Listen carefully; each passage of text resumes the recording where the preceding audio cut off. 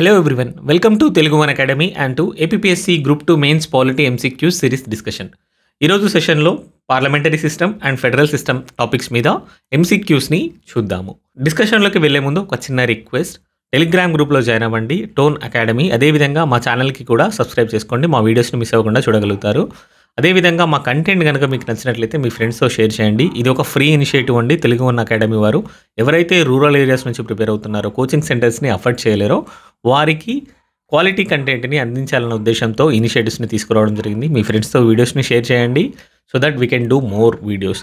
Thank you. So let start ఆ discussion. Question number 1. Consider the following statements. India follows parliamentary system of government.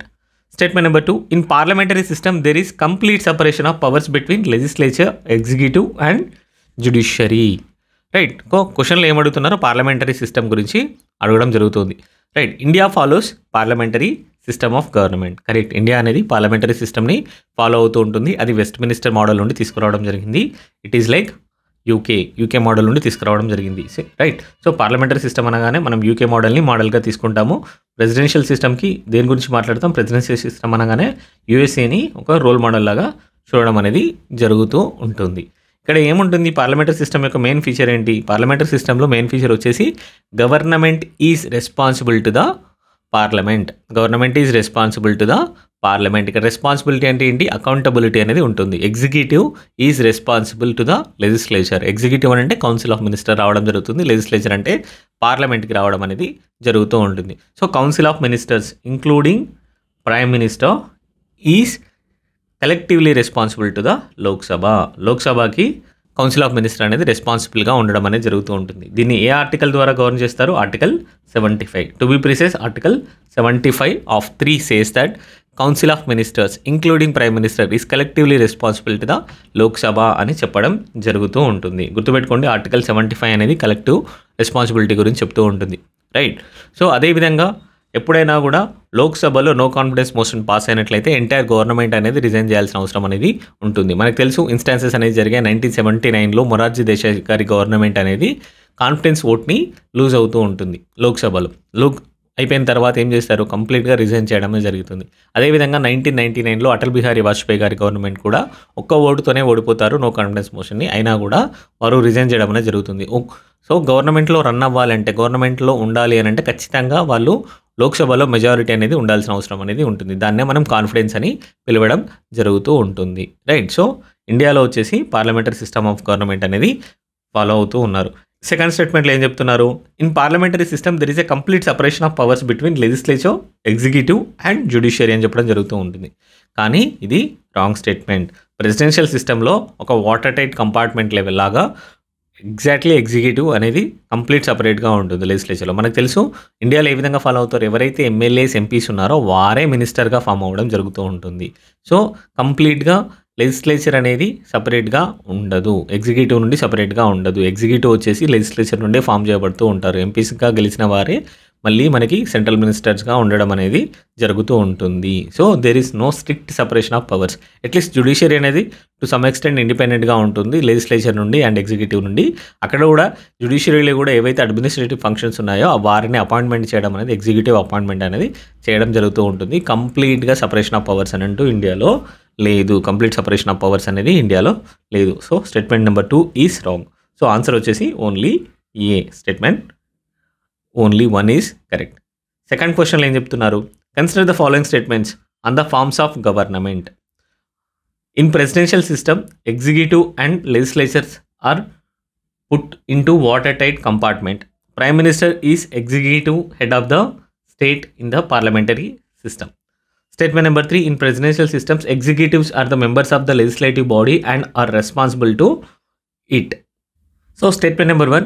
In presidential system, executive and legislature are put into watertight compartment. ఇందాక చూసాం presidential సిస్టంలో executive అనేది కంప్లీట్గా ఇండిపెండెంట్గా ఉంటుంది legislature నుండి. Even అక్కడ ప్రెసిడెంట్ కూడా సపరేట్గా ఎలెక్ట్ కాబడతారు, ఇండిపెండెంట్గా ఎలెక్టెడ్ అవుతూ ఉంటారు. వారికి కాన్ఫిడెన్స్ అనేది అవసరం, మెజారిటీ అనేది అవసరం లేదు. మెజారిటీ అనేది అవసరం లేదు. అక్కడ ఏముంటుంది? యూఎస్ఏలో కాంగ్రెస్ అని పిలవడం జరుగుతూ ఉంటుంది. సో కాంగ్రెస్లో మెజారిటీ అనేది అవసరం లేదు. కానీ ఇక్కడ మన పార్లమెంట్లో ఏముంటుంది? మన పార్లమెంటరీ సిస్టంలో ఇండియాలో ఒకవేళ ప్రైమ్ మినిస్టర్ రన్ అవ్వాలి అని అంటే ప్రైమ్ మినిస్టర్ తన పదవిలో ఉండాలంటే తనకి కాన్ఫిడెన్స్ అనేది అవసరం, లోక్సభలో మెజారిటీ ఉండాల్సిన అవసరం అనేది ఉంటుంది. కానీ ప్రెసిడెన్షియల్లో అలా ఉండదు. ప్రెసిడెన్షియల్ మోడల్లో కంప్లీట్గా ఒకవేళ లెజిస్లేచర్లో వాళ్ళకి మెజారిటీ ఉన్నా లేకున్నా ఏమీ అవసరం అనేది ఉండదు. ఇప్పుడు ట్రంప్ గారు వచ్చారు. ట్రంప్ గారు వచ్చేసి రిపబ్లిక్ పార్టీ నుండి రావడం జరిగింది. కానీ కాంగ్రెస్లో అక్కడ మెజారిటీ ఉండాల్సిన అవసరం అనేది లేదు. ఇండిపెండెంట్గా ఎలక్ట్ చేసుకొని డైరెక్ట్గా ఎగ్జిక్యూటివ్కి ఇవ్వడం అనేది జరుగుతూ ఉంటుంది. So statement number 1 is correct. Prime minister is the executive head of the state in parliamentary system. ఎవరు executive head of the state ఎవరు ఉంటారు? ప్రెసిడెంట్ ఉండడం జరుగుతూ ఉంటుంది. ప్రైమ్ మినిస్టర్ వచ్చేసి executive head of the government, executive head of the government in the parliamentary system. ఎక్కడైతే presidential system ఉంటుందో presidential సిస్టంలో ఇక్కడ ప్రెసిడెన్షియల్ సిస్టమ్ రాయగలిగితే executive is the executive head of the state అనేది అవుతుంది. కానీ పార్లమెంటరీ సిస్టంలో prime minister is the executive head of the government, president is the executive head of the state. So తన కిందనే ప్రైమ్ మినిస్టర్ కూడా work చేయడం అనేది జరుగుతూ ఉంటుంది. Statement number 3, in presidential system executives are the members of the legislative body and are responsible to it. Presidential సిస్టంలో complete water tight compartment లాగా divide చేయబడుతూ ఉంటారు. వారు ఎక్కడి నుండి లెజిస్లేషన్ నుండి రారు. కానీ పార్లమెంటరీ సిస్టంలో ప్రతి మినిస్టర్ కూడా ఎమ్మెల్యేగా ఉండాల్సిన అవసరం అనేది ఉంటుంది. ఒకవేళ ఎమ్మెల్యేగా ఆర్ ఎంపీగా లేనట్లయితే within 6 months they have to be the member of the legislature, right. So ఇక్కడ ప్రెసిడెన్షియల్ సిస్టంలో వారు మెంబర్స్ అవ్వాల్సిన అవసరం అంటూ లేదు, రైట్. సో ఆన్సర్ వచ్చేసి కరెక్ట్ అని అడుగుతున్నారు. కరెక్ట్ వచ్చేసి only 1 is the right answer. Which of the following are conventions of the parliamentary systems followed in India? ఏ కన్వెన్షన్స్ అనేవి పార్లమెంటరీ సిస్టమ్కి సంబంధించిన ఇండియాలో ఫాలో అవుతున్నామని అడుగుతున్నారు. ఫస్ట్ వచ్చేసి caretaker government and council of ministers resigning after losing majority in the Lok Sabha and shadow cabinet. Care taker government అంటే ఏంటి? ఆపద్దమ్మ ప్రభుత్వం అని అంటారు కదా, ఆపద్ధర్మ ప్రభుత్వం. ఎప్పుడైతే గవర్నమెంట్ అనేది ఎలక్షన్స్లో ఓడిపోతుందో ఆర్ నో కాన్ఫిడెన్స్ మోషన్స్లో ఓడిపోతుందో ఆ టైంలో గవర్నమెంట్ అనేది రిజైన్ చేయడం అనేది జరుగుతూ ఉంటుంది. కానీ కొత్త గవర్నమెంట్ వచ్చేంతవరకు వారు కేర్ టేకర్ గవర్నమెంట్ లాగా యాక్ట్ చేయడం అనేది జరుగుతూ ఉంటుంది. ఆపద్ధర్మ ముఖ్యమంత్రి అని పిలుస్తూ ఉంటారు కదా ఎలక్షన్స్ తర్వాత కొత్త గవర్నమెంట్ ఏర్పడేంతవరకు. అదేవిధంగా ఎప్పుడైనా కూడా నో కాన్ఫిడెన్స్ మోషన్స్లో ఓడిపోయినప్పుడు కూడా ఈ కేర్ టేకర్ గవర్నమెంట్ అనేది రావడం అనేది జరుగుతూ ఉంటుంది. ఈ టైంలో వాళ్ళు మెజారిటీ పాలసీ డిసిషన్స్ని ఏమీ తీసుకోరు. Just day to day routine administration ఏదైతే ఉంటుందో దాన్ని అడ్మినిస్టర్ చేయడం అనేది జరుగుతూ ఉంటుంది. సో కేర్ టేకర్ గవర్నమెంట్ అనేది ఇండియాలో ప్రాక్టీస్లో ఉంది. Council of ministers resigning after losing majority in the Lok Sabha. Obviously ఇందాకే చూసాము article 75(3) says that council of ministers is collectively responsible to the Lok Sabha, right. So ఒకవేళ వాళ్ళు కాన్ఫిడెన్స్ మోషన్ని కనుక ఓడిపోయినట్లయితే, కాన్ఫిడెన్స్ ఓట్ అనేది పోయినట్లయితే they have to resign, including prime minister కూడా resign చేయాల్సిన అవసరం అనేది ఉంటుంది. ఇందాక ఎగ్జాంపుల్స్ చూసాము. మొరార్జీ దేశాయ్ గవర్నమెంట్ ఏదైతే 1979లో కాన్ఫిడెన్స్ ఓట్ని లూజ్ అయిన తర్వాత రిజైన్ చేయడం అనేది జరిగింది, రైట్. సో ఇది కూడా మనకు ప్రాక్టీస్లో ఉంది. షాడో క్యాబినెట్ అంటే ఏంటి?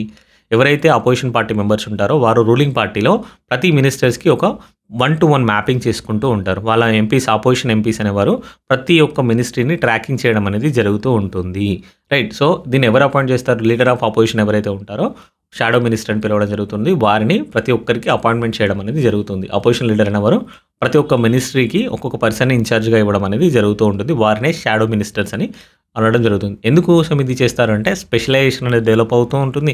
క్వశ్చన్స్ని ఎఫెక్టివ్గా అడగలుగుతారు. అదేవిధంగా ఒకవేళ గవర్నమెంట్ అనేది పడిపోయినట్లయితే ఇమీడియట్గా వాళ్ళు ఛార్జెస్ తీసుకోవడానికి రెడీగా ఉంటారు. షాడో క్యాబినెట్ అనేది. కానీ షాడో క్యాబినెట్ అనేది ఇండియాలో ఎప్పుడైనా విన్నామా మనం? ఇండియాలో ఇది ప్రాక్టీస్లో లేదు. ఆన్సర్ వచ్చేసి only 1 and 2. Statement number 3 answer వచ్చేసి 1 and 2. With reference to Indian and UK parliamentary systems, consider the following statements. Statement number 1. In India parliamentary system, the head of the state is directly elected. UK has constitutional monarchy where head of the state is elected. British parliamentary systems follows federal model. ఏవి not correct అని అడుగుతున్నారు, గుర్తుపెట్టుకోండి, not correct అన్నారు. So in Indian parliamentary system the head of the state is directly elected. Head of the state అంటే ఎవరు? President, right. So president directly elected అని అడగడం జరుగుతూ ఉంటుంది. మన దాంట్లో ప్రెసిడెంట్ డైరెక్ట్గా ఎలక్ట్ అవుతారా? కాదు, ఇండైరెక్ట్గా ఎలక్ట్ అవ్వడం అనేది జరుగుతూ ఉంటుంది. ఇండైరెక్ట్గా ఎలక్షన్ అనేది జరుగుతూ ఉంటుంది.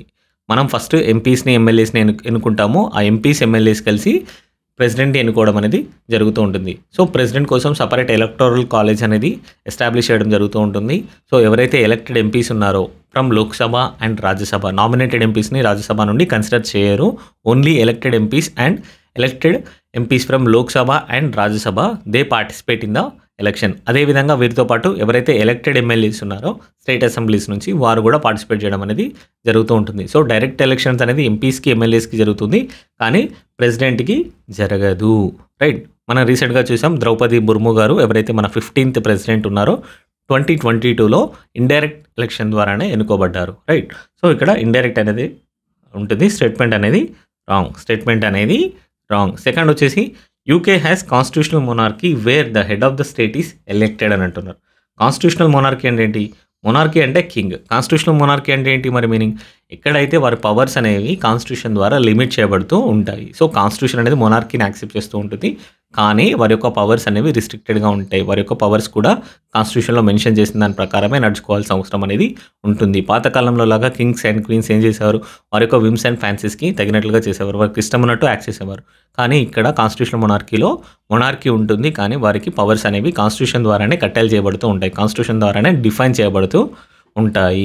రైట్. సో అక్కడ ఏంటి అని అంటే డైరెక్ట్ ఎలక్షన్స్ అనేది ఉండదు, ఇన్హెరిటెన్స్ అనేది ఉంటూ ఉంది. మనం ముందు చూసాము క్వీన్ ఎలిజబెత్ II ఉండేవారు, ఇప్పుడు కింగ్ చార్ల్స్ III రావడం అనేది జరిగింది. రైట్. సో ఇది కూడా wrong. British parliamentary systems follows ఎ ఫెడరల్ మోడల్.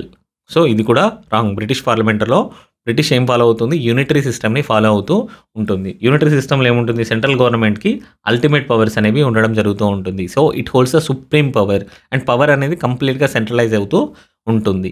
సో ఒకవేళ రీజనల్ గవర్నమెంట్స్ ఉన్నా కూడా మీరు అడగొచ్చు, యూకేలో మనకి స్కాట్లాండ్స్ ఉంది, వేల్స్ ఉంది, నార్థర్న్ ఐలాండ్స్ అనేవి ఉంటాయి. వారి యొక్క ఎవరైతే హెడ్ ఉంటారో వారిని కూడా ప్రైమ్ మినిస్టర్ అని పిలవడం అనేది జరుగుతూ ఉంటుంది. ప్రైమ్ మినిస్టర్ ఆఫ్ స్కాట్లాండ్ అని, prime minister of Wales or northern island లాగా ఉంటారు. కానీ అక్కడ ఏంటి అని అంటే వారి యొక్క పవర్స్ అనేవి యూకే పార్లమెంట్ ఏదైతే ఉందో దాని నుంచే డిరైవ్ చేసుకోబడతాయి, కాన్స్టిట్యూషన్ నుండి డిరైవ్ చేయబడదు. ఫెడరల్ సిస్టంలో ఏముంటుంది? పవర్స్ అనేవి సెంట్రల్ సిస్టమ్కి ఉంటుంది, సెంట్రల్ గవర్నమెంట్కి ఉంటుంది, అదేవిధంగా స్టేట్ గవర్నమెంట్కి ఉంటాయి. ఈ పవర్స్ అనేవి కంప్లీట్గా కాన్స్టిట్యూషన్ నుండి రావడం అనేది జరుగుతూ ఉంటుంది. కానీ ఈ కేసులో, యూనిటరీ కేసులో వీళ్ళు డెలిగేట్ చేస్తారు. అక్కడ కంప్లీట్ డిస్ట్రిబ్యూషన్ అంటూ ఉండదు, కంప్లీట్ డివిజన్ ఆఫ్ పవర్స్ అనేవి ఉండవు. ఏవైతే సెంట్రల్ గవర్నమెంట్ ఏదైతే ఉందో దాన్ని అదే కొన్ని పవర్స్ని ఇవ్వగలుగుతుంది. అదేవిధంగా వీరి యొక్క అటానమీ కూడా తక్కువగా ఉంటుంది.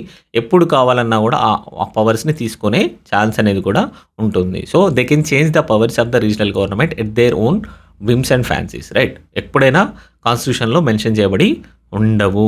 రైట్. కానీ ఇండియాలో ఏం జరుగుతుంది? రీజనల్ గవర్నమెంట్స్ ఏవైతే ఉన్నాయో, లైక్ స్టేట్ గవర్నమెంట్స్ ఏవైతే ఉన్నాయో, they have constitutional guarantees.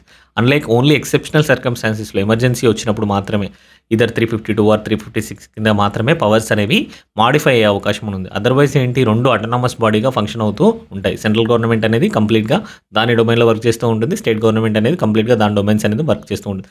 Schedule 7లో క్లియర్గా డిమార్కేట్ చేయడం జరిగింది. స్టేట్ లిస్ట్ని, సెంట్రల్ లిస్ట్ని, స్టేట్ లిస్ట్ని, యూనియన్ లిస్ట్ని, కాంకరెంట్ లిస్ట్ని క్లియర్గా డిమార్క్ చేయడం అనేది జరిగింది. కానీ యూనిటరీలో అలా ఉండదు, అన్నీ ఒకటే ఉంటాయి. యూనిటరీ గవర్నమెంట్ ఏదైతే ఉందో, యూనియన్ గవర్నమెంట్ ఏదైతే ఉందో అదే కొన్ని పవర్స్ని డెలిగేట్ చేయడం అనేది జరుగుతూ ఉంటుంది. మీరు ఈ పనులు చేసి పెట్టండి మా కోసమని సెంట్రల్ గవర్నమెంటే అక్కడ ఉన్న రీజనల్ గవర్నమెంట్స్ని అడగడం అనేది జరుగుతుంది. రీజనల్ గవర్నమెంట్స్కి ఎటువంటి అటానమీ అనేది ఉండదు, కాన్స్టిట్యూషనల్ గ్యారంటీ అని ఉండదు. ఇది ఇంపార్టెంట్, డిఫరెన్స్ అనేది తెలుసుకోవాలి. అందరూ ఏమనుకుంటారంటే యూనిటరీ గవర్నమెంట్ అనగానే అక్కడ అసలు స్టేట్ లెవెల్లో ఏ గవర్నమెంట్ ఉండదు అనుకుంటారు. కానీ గవర్నమెంట్స్ ఉంటాయి, వాటి యొక్క పవర్స్ అనేవి కాన్స్టిట్యూషన్ ద్వారా రావు. వాటి యొక్క పవర్స్ అనేది సోర్స్ ఏంటి అనేది ఇంపార్టెంట్. ఇదర్ కంప్లీట్గా కాన్స్టిట్యూషన్ నుండి డిరైవ్ అయ్యాయా, లేదు అని అంటే సెంట్రల్ గవర్నమెంట్ ఏదైతే ఉందో అది డెలికేట్ చేస్తుంది ఆ పవర్సే అనేది important. Right. So I hope it's clear. ఇక్కడ ఏవైతే ఉన్నాయో రీజనల్ గవర్నమెంట్స్ ఉంటాయి, కానీ వాటి యొక్క పవర్స్ అనేవి గ్యారంటీగా ఉండవు బ్రిటన్లో. సో ఇది కూడా రాంగ్, ఎందుకంటే ఇక్కడ యూనిటరీ మోడల్. ఇక్కడ మనకు అన్ని రాంగ్ కాబట్టి మనల్ని ఏమడిగారు? నాట్ అని అన్నారు. All of the above is the right answer. Question number 5. Consider the following statements. In presidential system there is always federal system. The government is more stable in the presidential system compared to the parliamentary system.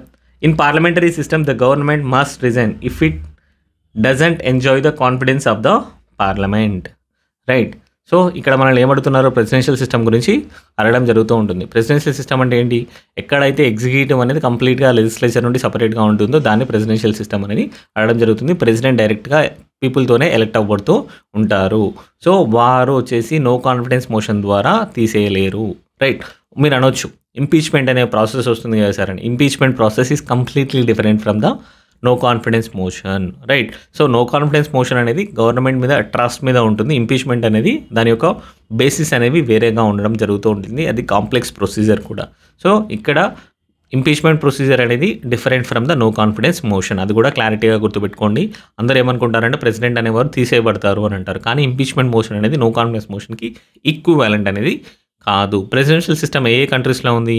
యూఎస్ఏలో ఉంది, బ్రెజిల్లో ఉంటుంది, అదేవిధంగా Mexico కూడా ఇదే system అనేది ఉంటుంది. Parliamentary సిస్టంలో చెప్పాను కదా, executive is accountable to the legislatures. Government can be removed through a no confidence motion, right. So ఇది ఎక్కడ ఉంది? ఇండియాలో ఉంది, యూకేలో ఉంది, ఈవెన్ కెనడాలో కూడా ఇదే మోడల్ని ఫాలో అవ్వడం అనేది జరుగుతూ ఉంటుంది. సో అనదర్ కాన్సెప్ట్ వచ్చేసి ఇక్కడ ఏంటి? Federal system. ఫెడరల్ సిస్టమ్ అంటే ఏంటి? పవర్స్ అనేవి యూనియన్ గవర్నమెంట్కి and state government are regional governments మధ్యలో డివైడ్ అవుతూ ఉండాలి. కానీ ఈ డివిజన్ అనేది సోర్స్ ఏంటి? కాన్స్టిట్యూషనే వీటిని డివైడ్ చేస్తూ ఉండాలి. అలా కాకుండా యూనియన్ గవర్నమెంట్ అనేది మీరు కొన్ని పవర్స్ చేయండి, మీరు కొన్ని యాక్టివిటీస్ చేసి పెట్టండి అని పవర్స్ ఇచ్చారనుకోండి, అది యూనిటరీ మోడలే అవుతూ ఉంటుంది, రైట్. సో ఫెడరల్ సిస్టంలో ఏముండాలి? పవర్ అనేది క్లియర్గా గవర్నమెంట్, సెంట్రల్ గవర్నమెంట్కి స్టేట్ గవర్నమెంట్ మధ్యలో డివైడ్ అవుతూ ఉండాలి.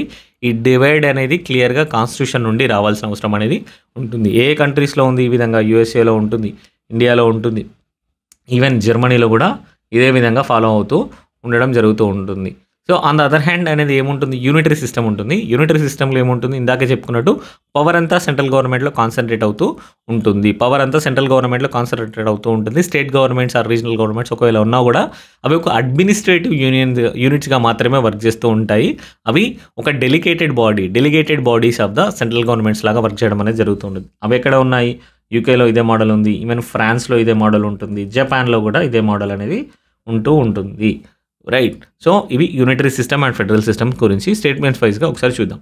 In presidential system there is always a federal system అని అంటున్నారు. సో ప్రెసిడెన్షియల్ సిస్టమ్ ఉన్న ప్రతి చోట ఫెడరల్ సిస్టమ్ అనేది ప్రతిసారి ఉండాలి అని అడుగుతూ ఉన్నారు, కానీ అవసరం లేదు. ప్రెసిడెన్షియల్ సిస్టమ్ ఉన్నప్పుడు కూడా యూనిటరీ సిస్టమ్స్ అనేవి ఉండే అవకాశం అనేది ఉంది, right. So presidential plus federal అనేది ఎక్కడ ఉంది? మనం ఇందాకే చూసాం, యూఎస్ఏలో ఫెడరల్ ఫామ్ ఉంటుంది, అదేవిధంగా ప్రెసిడెన్షియల్ మోడల్ అనేది ఉంది. ఈవెన్ బ్రెజిల్లో కూడా ఈ విధంగానే ఉండడం అనేది చూస్తాం. కానీ ప్రెసిడెన్షియల్ ప్లస్ యూనిటరీ కూడా ఉన్న దేశాలు అనేవి ఉన్నాయి. అర్జెంటీనా ఉంటుంది, ఇక్కడ కూడా ప్రెసిడెన్షియల్ మోడల్ అనేది ఉంది, కానీ ఇక్కడ యూనిటరీ మోడల్ గవర్నమెంట్ అనేది ఉంది. Even south Korea, Philippines, right. So ఇక్కడ ప్రెసిడెన్షియల్ సిస్టమ్తో పాటు యూనిటరీ మోడల్స్ కూడా ఉండడం అనేది చూస్తూ ఉన్నాము. సో స్టేట్మెంట్ అనేది wrong. The government is more stable in presidential system compared to the parliamentary system. So statement అనేది కరెక్ట్. ఎందుకు? పార్లమెంటరీ సిస్టంలో మనం చెప్పాం, ప్రైమ్ మినిస్టర్ కంటిన్యూ అవ్వాలంటే, తన పదవిలో కంటిన్యూ అవ్వాలంటే ఖచ్చితంగా లోక్సభలో మెజారిటీ ఉండాల్సిన అవసరం అనేది ఉంది. ప్రైమ్ మినిస్టర్ ఇండిపెండెంట్గా ఎలక్ట్ అవ్వరు. ప్రైమ్ మినిస్టర్ యొక్క ఏదైతే పదవి ఉంటుందో అది మెజారిటీ, లోక్సభలో ఉన్న మెజారిటీ మీద డిపెండ్ అవుతుంది. కానీ ప్రెసిడెన్షియల్ ఫామ్లో ఏం జరుగుతూ ఉంటుంది? ప్రెసిడెన్షియల్ ఫామ్లో ప్రెసిడెంట్ డైరెక్ట్గా ఎలక్ట్ అవ్వబడతాడు. ఎవరైతే పీపుల్ ఉన్నారో వారితో డైరెక్ట్ ఎలక్షన్ అనేది ఉంటుంది. So independent of the Congress, అక్కడ ఏదైతే యూఎస్ఏలో చూసుకున్నట్టయితే కాంగ్రెస్ మీద డిపెండ్ అవ్వాల్సిన అవసరం లేదు. కాంగ్రెస్ అంటే ఇక్కడ మన పార్లమెంట్కి ఈక్వివాలెంట్. సో వెదర్ అక్కడ లెజిస్లేచర్ అయినా కాంగ్రెస్లో ఒకవేళ మెజారిటీ ఉన్నా పర్లేదు, మెజారిటీ లేకున్నా పర్లేదు, ప్రెసిడెంట్ డైరెక్ట్గా ఎలక్ట్ అయ్యారు కాబట్టి ప్రెసిడెంట్ ఖచ్చితంగా తన 4 ఇయర్స్లో ఉండడం జరుగుతుంది. తన 4 ఇయర్స్ టర్మ్స్ని కంప్లీట్ చేయడం అనేది జరుగుతుంది. ఒకవేళ ఏమన్నా మిస్టేక్స్ జరిగితే ఇంపీచ్మెంట్ ప్రాసెస్ అనేది డిఫరెంట్గా ఉంటుంది తప్ప నో కాన్ఫిడెన్స్ మోషన్స్ ద్వారా. నో కాన్ఫిడెన్స్ మోషన్ అంటే ఏంటిది? పార్లమెంట్లో మెజారిటీ లేదు అన్న రీజన్ మీద ప్రెసిడెంట్ని తీసేసే అధికారం అనేది ఉండదు. ప్రెసిడెంట్ని తీసేయడం అనేది జరగదు. ప్రెసిడెంట్ ఖచ్చితంగా స్టేబుల్గానే ఉంటుంది. ఎందుకు అని అంటే he is not accountable to the parliament, right. So అక్కడ పార్లమెంట్ ఈక్వలెంట్ ఏంటి? కాంగ్రెస్కి తను అకౌంటబుల్గా ఉండాల్సిన అవసరం అనేది లేదు. సో కాన్ఫిడెన్స్ మోషన్స్ మీద ఎటువంటి మెజారిటీ ఆర్ డిపెండెన్స్ అనేది తన మీద ఉండవు. సో కంప్లీట్గా అక్కడ స్టేబుల్గా ఉండే ఛాన్సెస్ అనేవి ఎక్కువగా ఉంటుంది. సో స్టేట్మెంట్ అనేది correct. In parliamentary system the government must resign if it doesn't enjoy the confidence of the parliament. This is a whole crux of the parliamentary system. చెప్తూ ఉన్నాను కదా, ఆర్టికల్ 75(3) రిపీట్ అవుతూనే ఉంటుంది. Collective responsibility of the council of ministers to the Lok Sabha, right. ఒక్కవేళ government కనుక confidence మోషన్ని ఓడిపోయినట్లయితే it has to resign. It happened in 1979 Morarji Desai గవర్నమెంట్లో జరిగింది. అదేవిధంగా మళ్ళీ 1999లో కూడా రిపీట్ అవ్వడం జరిగింది. అటల్ బిహారీ వాజ్పేయి గవర్నమెంట్ అనేది ఒక్క ఓటుతోనే కాన్ఫిడెన్స్ మోషన్ని లూజ్ అవుతారు. But they had resign. So ఇది కూడా కరెక్ట్. పార్లమెంట్ సిస్టంలో ఖచ్చితంగా మెజారిటీ అనేది ఉండాల్సిన అవసరం అనేది ఉంటుంది. దాన్నే మనం కాన్ఫిడెన్స్ అని పిలవడం జరుగుతూ ఉంటుంది. So they must enjoy the confidence of the parliament అంటే ఇక్కడ నథింగ్ బట్ వచ్చేసి Lok Sabha, right. So 2 statements are correct. Option C 2 and 3 are correct. ఇక్కడ ఏం అడుగుతున్నారు ఖచ్చితంగా ప్రతిసారి అండర్లైన్ చేసుకోండి. కరెక్ట్ అడుగుతున్నారా, ఇన్కరెక్ట్ అడుగుతున్నారా అనేది క్లియర్గా చూసుకోవాల్సిన అవసరం అనేది కూడా ఉంటుంది. ఎంటైర్ క్వశ్చన్ సాల్వ్ చేసిన తర్వాత బబ్లింగ్ మిస్టేక్స్ అనేవి చేయకూడదు. అదేవిధంగా క్వశ్చన్ని కూడా పూర్తిగా చదవండి. ఫస్ట్ హాఫ్లో ఉంటుంది, అదేవిధంగా స్టేట్మెంట్స్ అనేవి సెకండ్ హాఫ్లో కూడా మళ్ళీ మారొచ్చు. అన్ని స్టేట్మెంట్లో ఇచ్చిన అన్ని ఫ్యాక్ట్స్ అనేది కరెక్ట్గా ఉన్నప్పుడే ఆ స్టేట్మెంట్ అనేది కరెక్ట్గా అవుతుంది. ఒకవేళ కొన్ని ఫ్యాక్ట్స్ అనేవి కరెక్ట్గా ఉంటాయి కానీ లాస్ట్కి అనేది మిస్ మ్యాచ్ ఇచ్చారనుకోండి, అప్పుడు ఎంటైర్ స్టేట్మెంట్ అనేది రాంగ్గానే చూడబడుతూ ఉంటుంది. సగం స్టేట్మెంట్ కరెక్ట్ కదా అని చెప్పేసి మనం ఆన్సర్ని మార్క్ చేయకూడదు. క్వశ్చన్ని కూడా పూర్తిగా చదవండి. ఇది వెరీ ఇంపార్టెంట్. అందరూ నాలెడ్జ్ ఇది చూస్తూ ఉంటాం కానీ ఎగ్జామ్లో టైం మేనేజ్మెంట్తో పాటు మన కండక్ట్ ఏ విధంగా ఉంది, మనం ఏ విధంగా చూస్తున్నాం. బబ్లీ మిస్టేక్స్ 2 to 3 చేసినా కూడా ర్యాంక్ అనేది చాలా డిఫరెంట్ అవుతూ ఉంటుంది. 100s, 1000sలో వేరీ అయ్యే ఛాన్స్ అనేది ఉంటుంది. సో బబ్లింగ్ మిస్టేక్స్ చేయొద్దు. క్వశ్చన్ని పూర్తిగా చదవండి. చదువుకునేటప్పుడు అదేవిధంగా నాట్ ఇచ్చారా, ఇన్కరెక్ట్ ఇచ్చారా, రైట్ ఇచ్చారా అనేది క్లియర్గా చూడాల్సిన అవసరం అనేది ఉంటుంది. Question number 6. The parliamentary form of government emphasises on the system of universal adult franchise, separation of powers between the legislature and the executive, and democratic election system administered by an independent body, interdependence between legislative and executive organs. క్వశ్చన్లు ఏమడుగుతున్నారు, parliamentary form of government అనేది దేని మీద emphasis అనేది ఎక్కువగా ఉంటుంది అని అడగడం జరుగుతూ ఉంటుంది, రైట్. సో ఫస్ట్ క్వశ్చన్ ఏంటి, ఫస్ట్ స్టేట్మెంట్ ఏంటి, యూనివర్సల్ అడల్ట్ ఫ్రాంచైజ్ అనేది ఉండాల్సిన అవసరం అనేది ఉంటుంది అని చెప్తున్నారు. సో యూనివర్సల్ అడల్ట్ ఫ్రాంచైజ్ అని అంటే ఏముంటుంది, universal adult franchise. So certain age criteria తీసుకొని for example 18 years. So 18 years above ఉన్న వాళ్ళందరికీ ఓటింగ్ రైట్స్ అనేది ఇవ్వాల్సిన అవసరం అనేది చెప్తూ ఉంటుంది. కానీ యూనివర్సల్ అడల్ట్ ఫ్రాంచైజ్ లేకున్నా కూడా పార్లమెంటరీ మోడల్ అనేది ఎగ్జిస్టెన్స్గా ఉండొచ్చు. మనం కొలోనియల్ పీరియడ్లో చూసాము, అప్పుడు యూనివర్సల్ అడల్ట్ ఫ్రాంచైజ్ అనేది లేదు. అప్పుడు ఓటింగ్ రైట్స్ అనేవి చాలా లిమిటెడ్గా ఉన్నాయి, కొన్ని సెక్షన్స్ ఆఫ్ సొసైటీస్కి మాత్రమే ఇవ్వడం జరిగింది. But still it had parliamentary form of government, right. So universal adult franchise అనేది ఉండాల్సిన అవసరం అనేది లేదు పార్లమెంటరీ సిస్టమ్కి, right. Separation of powers between the legislature and executive మనం ఆల్రెడీ చూసాము. లెజిస్లేచర్ ఎగ్జిక్యూటివ్ అనేది సపరేషన్ ఆఫ్ పవర్స్ అనేవి ఎగ్జిస్ట్ అవ్వవు. ఎగ్జిక్యూటివ్ అనేది లెజిస్లేచర్ నుండే చూస్ చేసుకోబడుతూ ఉంటుంది. So there is no concept of separation of powers, clear separation of powers between the legislature and executive in the parliamentary system. Democratic election system administered by an independent body.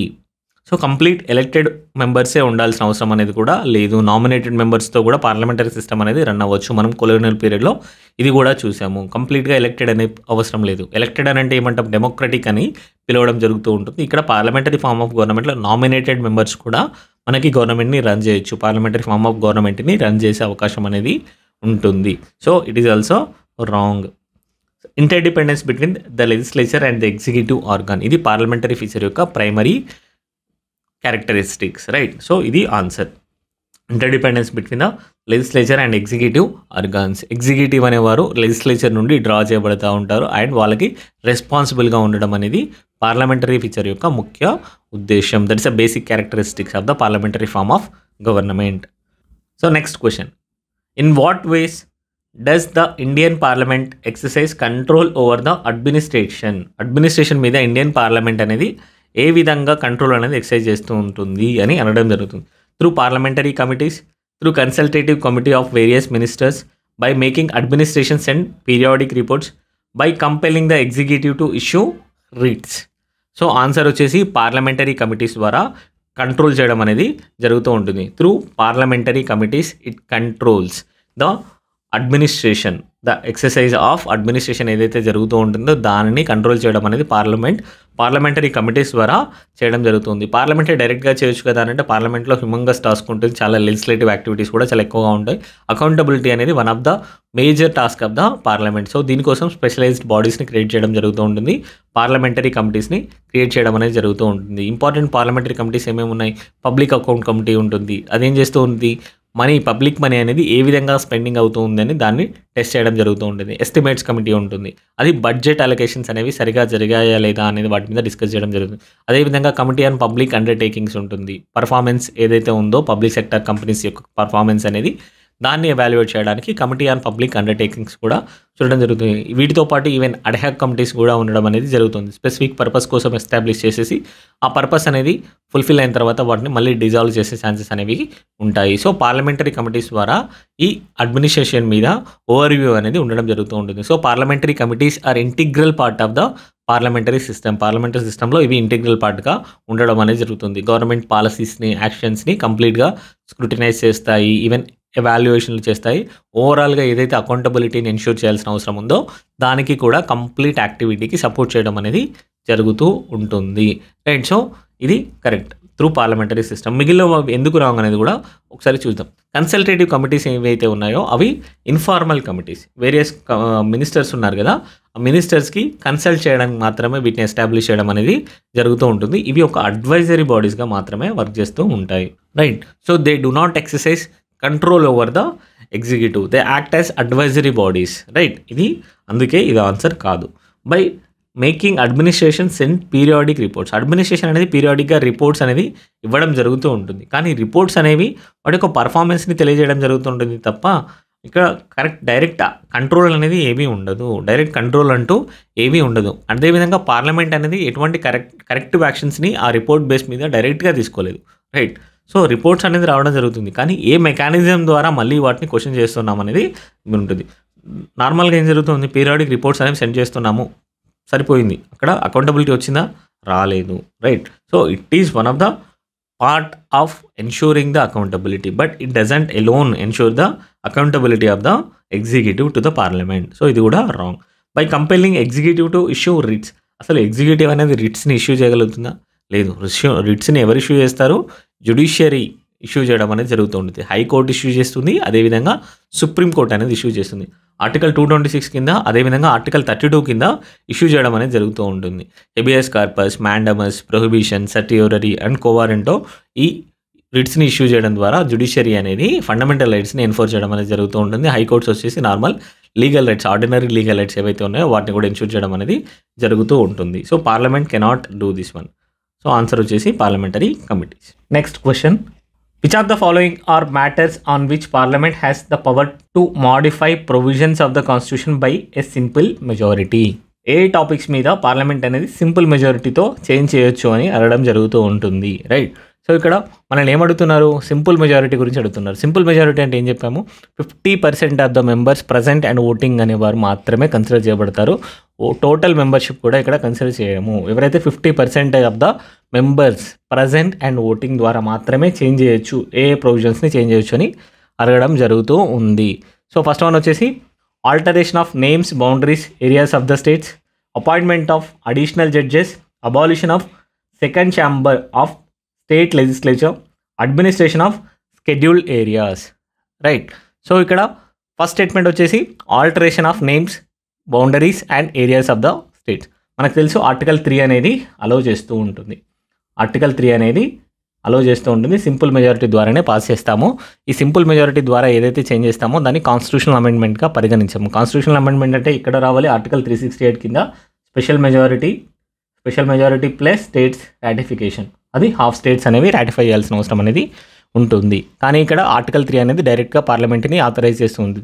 దేనికోసం, to alter the names, boundaries and areas of the state by passing a law with simple majority. Even state consent అనేది కూడా అవసరం లేదు. ఇక్కడ states యొక్క ఏదైతే స్టేట్ని మనం change చేస్తున్నారో ఆ స్టేట్ని కూడా పర్మిషన్ అనేది ఆర్ సమ్మతి అనేది తీసుకోవాల్సిన అవసరం అనేది లేదు. 2014లో అదే విధంగా బైఫికేషన్ అనేది జరిగింది. ఆంధ్రప్రదేశ్ బైఫికేషన్ అనేది జరిగిన టైంలో ఆంధ్రప్రదేశ్ యొక్క అసెంబ్లీ అనేది కన్సెంట్ అనేది ఇవ్వలేదు. Still they went head and changed. Even 1969లో తమిళనాడు ఏదైతే రీనేమ్ చేయకముందు ఏముంది, మద్రాస్ స్టేట్ అని ఉండడం జరిగింది. So Madras state was renamed as Tamil Nadu in 1969. So statement అనేది correct. Right, so appointment of additional judges అనేది ఆర్టికల్ 124 ద్వారా గవర్న్ చేయడం అనేది జరుగుతూ ఉంటుంది in case of Supreme Court, and in case of high courts అయితే 217. This is nothing to do with the majority are constitutional amendment are ఒక ఏదైనా provisions అనేవి మాడిఫై చేయాల్సిన అవసరం అనేది లేదు. జస్ట్ ప్రెసిడెంట్ యొక్క పర్మిషన్ తీసుకోవాల్సిన అవసరం అనేది ఉంటుంది. అండ్ కన్సర్న్ యొక్క ఏదైతే హైకోర్టు ఆర్ సుప్రీంకోర్టు ఉందో వాళ్ళు అగ్రిమెంట్లో ఉండాల్సిన అవసరం అనేది ఉంటుంది. సింపుల్ మెజారిటీ ద్వారా ఎటువంటి ప్రొవిజన్స్ని చేంజ్ చేయాల్సిన అవసరం అనేది లేదు. సో అపాయింట్మెంట్ ఆఫ్ జడ్జెస్ అనేది ఇక్కడ wrong statement considering. Right. Abolition of the state chambers of the state legislatures. A article ద్వారా దీన్ని చేయడం జరుగుతుంది? ఆర్టికల్ 169 ద్వారా దీన్ని గవర్న్ చేయడం అనేది జరుగుతూ ఉంటుంది. It state that state legislative council, that is upper house, can be abolished or created by parliament with a simple majority based on the resolution pass by the state assembly ఒక resolution pass చేసి దాన్ని పార్లమెంట్కి పంపించినప్పుడు ఆ రెజల్యూషన్కి అనుగుణంగా parliament అనేది either create చేయొచ్చు ఆర్ డిస్ట్రాయ్ చేయొచ్చు. రైట్. సో 169 స్టేట్మెంట్ గుర్తుపెట్టుకోండి. ఆర్టికల్ 169 కింద ఈ స్టేట్ లెజిస్లేటివ్ కౌన్సిల్స్ని క్రియేట్ చేయడం ఆర్ అబాలిష్ చేయడం అనేది జరుగుతూ ఉంటుంది. ఆర్టికల్ నెంబర్స్ అనేవి అవసరమా అంటారా? ఆర్టికల్ నెంబర్స్ కూడా అవసరమే. మనకి మ్యాచ్ ద ఫాలోయింగ్ ఇచ్చే అవకాశం అనేది ఉంటుంది. డైరెక్ట్గా మనం ఆర్టికల్స్ని అన్నింటినీ బైహార్ట్ చేయడానికి ట్రై చేస్తే గుర్తుండకపోవచ్చు. ఎప్పుడైతే కాన్సెప్ట్స్ అనేవి వచ్చినప్పుడు రిలేటివ్ ఆర్టికల్స్ని గుర్తుపెట్టుకోవడం అనేది చాలా ఈజీ. సో ఇక్కడ ఆర్టికల్ 169 అనేది దీన్ని గవర్న్ చేయడం అనేది జరుగుతుంది. అడ్మినిస్ట్రేషన్ ఆఫ్ షెడ్యూల్డ్ ఏరియాస్ అనేది దేని ద్వారా అడ్మినిస్ట్రేషన్ జరుగుతుంది? 5th schedule. రైట్. సో ఈ 5th షెడ్యూల్ని కూడా సింపుల్ మెజారిటీతోనే మనం మాడిఫై చేయవచ్చు. రైట్. సో ఇది కూడా కరెక్ట్. సో ఆన్సర్ వచ్చేసి 134. Statement number 134 are the right options. So next one, which of the following statements in the context of structure of the parliaments are correct? Parliament యొక్క స్ట్రక్చర్ని consider చేసినప్పుడు ఏవి అనేవి ఇక్కడ మనకి రైట్ అవుతాయని అడగడం జరుగుతూ ఉంది. సో ఫస్ట్ స్టేట్మెంట్ వచ్చేసి parliament of India consist of president, council of states and the house of the people. Second statement వచ్చేసి the president of India is elected by an electoral college consisting of the elected members of the both houses of the parliament only. Right. So ఇక్కడ మనల్ని ఏమడుగుతున్నారు parliament system గురించి? Parliament of India consist of the president, the council of states and the house of the people అని అడగడం జరుగుతూ ఉంది. ఏ article ద్వారా parliament యొక్క ఏదైతే ఇంటిగ్రల్ పోర్షన్ ఉందో కాంపోజిషన్ అనేది ఎక్స్ప్లెయిన్ చేయబడింది? Article 79. Article 79 of the constitution states that Indian parliament consist of president of India and the council of states, that is Rajya Sabha, upper house, the house of people, that is Lok Sabha or the lower house. Right. So ఇవి కూడా right ఉంటుంది. కానీ ఇక్కడ president డైరెక్ట్గా ఎన్నుకోబడరు, but still ఎందుకు మనకి పార్లమెంట్లో integral పార్ట్గా ఉంటారు? He is not the member of either houses, but still is considered as a integral part of the parliament. ఎందుకు? ఎప్పుడైనా కూడా సమ్మనింగ్ అనేది ప్రోరోగ్ ఏవైతే జరుగుతాయో పార్లమెంట్ యొక్క సెషన్స్ అనేవి జరుగుతాయో సమ్మన్ అవ్వచ్చు లేదంటే ప్రోరోగ్ అవ్వచ్చు, ఆ రెండింటినీ కూడా ప్రెసిడెంటే ఇష్యూ చేయడం అనేది జరుగుతూ ఉంటుంది. అదేవిధంగా డిజల్యూషన్ ఆఫ్ ద లోక్సభని డిజాల్వ్ చేయాల్సిన అవసరం అనేది వస్తూ ఉంటుంది. ఎప్పుడు ఒక ఖచ్చితంగా టర్మ్ అనేది అయిపోయినప్పుడు, లేదు అని అంటే నో కాన్ఫిడెన్స్ మోషన్ పాస్ అయినప్పుడు, కాన్ఫిడెన్స్ మెజారిటీ కోల్పోయినప్పుడు అప్పుడు కూడా లోక్సభని డిజాల్వ్ చేయాల్సిన అవసరం అనేది వస్తుంది. ఎవరు డిజాల్వ్ చేస్తారో దీన్ని ప్రెసిడెంటే డిజాల్వ్ చేయడం అనేది జరుగుతుంది. More importantly no bill can become a law without his or her consent. Right. So president తన అసెంట్ని ఇవ్వకుండా ఎటువంటి బిల్ కూడా యాక్ట్ అయ్యే ఛాన్స్ అనేది లేదు. ఖచ్చితంగా తన యొక్క అసెంట్ అనేది అవసరం. అందుకోసమే పార్లమెంట్లో ప్రెసిడెంట్ ఈజ్ అన్ ఇంటిగ్రల్ పార్ట్గా కన్సిడర్ చేయడం అనేది జరుగుతూ ఉంటుంది. అదేవిధంగా statement number 2, the president of India is elected by an electoral college consisting of elected members of both the houses of parliament only అని అంటున్నారు. ఇక్కడ మనం ఎప్పుడైనా ఓన్లీ వచ్చినప్పుడు లిమిటింగ్ ఫ్యాక్టర్ ఖచ్చితంగా ఒక స్పెషల్ అటెన్షన్ అనేది ఇవ్వాల్సిన అవసరం అనేది ఉంటుంది. ఎలక్టోరల్ కాలేజ్లో ఎవరెవరు ఉంటారు? లోక్సభ, రాజ్యసభ ఎలక్టెడ్ మెంబర్స్ నుంచి ఉంటారు. అదేవిధంగా స్టేట్ అసెంబ్లీస్ ఎవరైతే ఉన్నారో, స్టేట్ లెజిస్లేటివ్ అసెంబ్లీస్ ఎవరైతే ఉన్నారో ఎమ్మెల్యేస్ కూడా ఉండడం అనేది జరుగుతూ ఉంటుంది. స్టేట్ లెజిస్లేటివ్ అసెంబ్లీ నుంచి వచ్చిన ఎమ్మెల్యేస్ ఎవరైతే ఎలక్టెడ్ ఎమ్మెల్యేసో వారు కూడా ఉండడం అనేది జరుగుతూ ఉంటుంది. సో స్టేట్మెంట్ అనేది రాంగ్. ఆన్సర్ వచ్చేసి ఓన్లీ ఏ ప్రెసిడెన్షియల్ ఎలక్షన్లో డైరెక్ట్. రైట్. సో ఇక్కడ ఏ ఆర్టికల్ గవర్న్ చేస్తూ ఉంటుంది ప్రెసిడెంట్ ఎలక్షన్ గురించి? 54 మాట్లాడుతూ ఉంటుంది. Article 54 of the constitution state that president is elected by both MPs and MLAs, not just MPs. Nominated మెంబర్స్ని కన్సిడర్ చేయరు. నామినేటెడ్ మెంబర్స్ అనేవారు ఇక్కడ ఎలక్టోరల్ కాలేజ్లో ఇంటిగ్రల్ పార్ట్గా ఉండరు. Both MPs from Rajya Sabha, even state legislative councils ఏవైతే ఉంటాయో అవి కూడా ఇందులో పార్టిసిపేట్ అనేవి చేయవు. Right. So next question, which of the following are common features between Indian political system and the US political system? Indian political సిస్టమ్కి యూఎస్ పొలిటికల్ సిస్టమ్స్కి గల కామనాలిటీస్ ఏంటి అని అడగడం జరుగుతుంది. Residuary powers belong to the centre. Residuary powers are with the states. Presidents have the power of pocket veto. Upper houses have some nominated members. Right. So residuary power అనేది ఇండియాలో ఎవరికి ఉంటాయి? రెసిడ్యూరీ పవర్స్ అని అంటే ఏవైతే powers గురించి discuss చేయలేదో కాన్స్టిట్యూషన్లో, సబ్జెక్ట్స్ అనేవి ఏవైతే డిస్కస్ చేయలేదో షెడ్యూల్ 7లో, వాటి మీద అధికారాలన్నీ కూడా సెంటర్కే ఇవ్వడం అనేది జరిగింది. ఇండియన్ కేసులో రెసిడ్యూరీ పవర్స్ అనేవి సెంటర్కే ఇవ్వడం అనేది జరిగింది. కానీ యూఎస్లో ఏ విధంగా జరిగింది? రెసిడ్యూరీ పవర్స్ అని స్టేట్స్కి ఇవ్వడం జరిగింది. అక్కడ ట్రూ మోడల్ ఆఫ్ ఫెడరలిజంని ఫాలో అవ్వడం జరుగుతుంది. సో అక్కడ ఖచ్చితంగా రెసిడ్యూరీ పవర్స్ అనేవి స్టేట్స్కి ఇవ్వడం అనేది జరిగింది. కానీ ఇక్కడ మన దగ్గరలో డిఫరెంట్గా ఉన్నాయి. సో ఇక్కడ residuary powers belong to the centre. India విషయంలో కరెక్ట్గానే ఉంది, కానీ యూఎస్ఏ విషయంలో ఇది రాంగ్. సో ఇది కామనాలిటీ కాదు. Residuary powers are with the states. India విషయంలో ఇది కరెక్ట్ కాదు, యూఎస్ఏ విషయంలో రైట్. సో ఇది కూడా wrong. Presidents have the power of pocket veto. Right. So president do exercise some veto powers over the bills that are passed by the either parliament or Congress. Pocket వీటోని ఇద్దరు presidents use చేయడం అనేది జరుగుతుంది. Pocket వీటోని use చేసినప్పుడు ఆ bill అనేది nullify అవ్వడం అనేది జరుగుతూ ఉంటుంది. సో ఇద్దరు ప్రెసిడెంట్స్ దగ్గర పాకెట్ వీటో అనేది ఉంది. అదేవిధంగా upper houses have some nominated members. Right. So అక్కడ సెనేట్ అని పిలవడం జరుగుతుంది. సెనేట్లో 2 members from each state representation అనేది ఉంటుంది. అక్కడ ఎటువంటి నామినేటెడ్ మెంబర్స్ అనేవారు ఉండరు. ఇక్కడ మన దగ్గర 12 మెంబర్స్ని తీసుకోవడం అనేది జరుగుతూ ఉంటుంది from various fields. Right. So ఇక్కడ మనం 12 మెంబర్స్ని తీసుకోవడం జరుగుతూ ఉంటుంది. ప్రెసిడెంట్ నామినేట్ చేయడం అనేది జరుగుతుంది. ఏ ఫీల్డ్స్ని తీసుకొస్తారు? సైన్స్ అవ్వచ్చు, లిటరేచర్ అవ్వచ్చు, స్పోర్ట్స్ అవ్వచ్చు, ఆర్ట్స్, అదేవిధంగా పబ్లిక్ సర్వీస్ బ్యాక్గ్రౌండ్ నుండి తీసుకురావడం అనేది జరుగుతూ ఉంటుంది. రాదర్ సోషల్ సర్వీస్ బ్యాక్గ్రౌండ్ నుండి తీసుకురావడం జరుగుతూ ఉంటుంది. కానీ యూఎస్లో కంప్లీట్లీ ఎలక్టెడ్ మెంబర్సే ఉండడం అనేది జరుగుతూ ఉంటుంది. సో ఇది రాంగ్. సో ఆన్సర్ వచ్చేసి only 3 is the right one. So 11th one. In the Indian parliamentary model of government, the center controls the states and union territories. The judiciary controls the executive. The executive is responsible to the legislature. The legislature controls the judiciary. Right. Indian parliamentary model of గవర్నమెంట్లో ఎటువంటిది జరుగుతూ ఉంది అని చెప్పడం జరుగుతుంది. So option A ఏంటి? Central controls the states and union territories. India అనేది federal మోడల్ని ఎక్స్ప్లిసిట్గా చెప్పకుండా కూడా, ఫెడరేషన్ అని ఎక్కడ స్టేట్ చేయకున్నా కూడా ఫెడరల్ స్పిరిట్ని ఫాలో అవ్వడం అనేది జరుగుతూ ఉంటుంది. ఫెడరేషన్ అని ఎక్కడా క్లైమ్ చేయదు, యూనియన్ ఆఫ్ స్టేట్స్గా చెప్పడం జరుగుతూ ఉంటుంది. బట్ ఇన్ ద ఎసెన్స్ ఏంటంటే ఫెడరేషన్ మోడల్ని ఫాలో అవ్వడం అనేది జరుగుతూ ఉంటుంది. అందువల్ల పవర్స్ అనేవి సెంటర్స్కి స్టేట్స్కి అనేవి డివైడ్ చేయబడుతూ ఉంటాయి. సెంట్రల్ అనేది స్టేట్స్ని కంట్రోల్ చేయదు, సెంట్రల్ అనేది స్టేట్ని కంట్రోల్ చేయదు. సెంట్రల్కి ఎక్స్ట్రా పవర్స్ అనేవి ఉన్నాయి, మోర్ పవర్స్ అనేవి ఉన్నాయి, కానీ అవి ఇండిపెండెంట్గా వర్క్ చేయడం మాత్రమే జరుగుతుంది. స్టేట్ అనేవి సెంట్రల్ యూనిట్స్ అనేవి అటానమస్ బాడీస్గా వర్క్ చేయడం అనేది జరుగుతుంది. Both derive their powers from the constitution it self. Constitution అనేది సెంటర్కి కొన్ని ఎక్స్ట్రా పవర్ అనేది ఇచ్చింది, కానీ ఇద్దరి పవర్స్ అనేవి ఎక్కడ నుండి వచ్చాయి? కాన్స్టిట్యూషన్ నుండే రావడం అనేది జరిగింది. Right. So central is not controlling the states and union territories. Only in case of president rules ఎప్పుడైతే వస్తాయో, నేషనల్ ఎమర్జెన్సీ ఎప్పుడైతే వస్తుందో ఆ టైంలో ఎగ్జిక్యూటివ్ డైరెక్షన్స్ అనేవి ఇవ్వడం జరుగుతుంది. స్పెషల్లీ ఎప్పుడైనా ప్రెసిడెంట్ రూల్ ఆర్టికల్ 356 కింద వచ్చినప్పుడు డైరెక్ట్ కంట్రోల్ అనేది చేయడం జరుగుతూ ఉంటుంది. So statement number 2, that is option B. The judiciary controls the executive అని చెప్తున్నారు.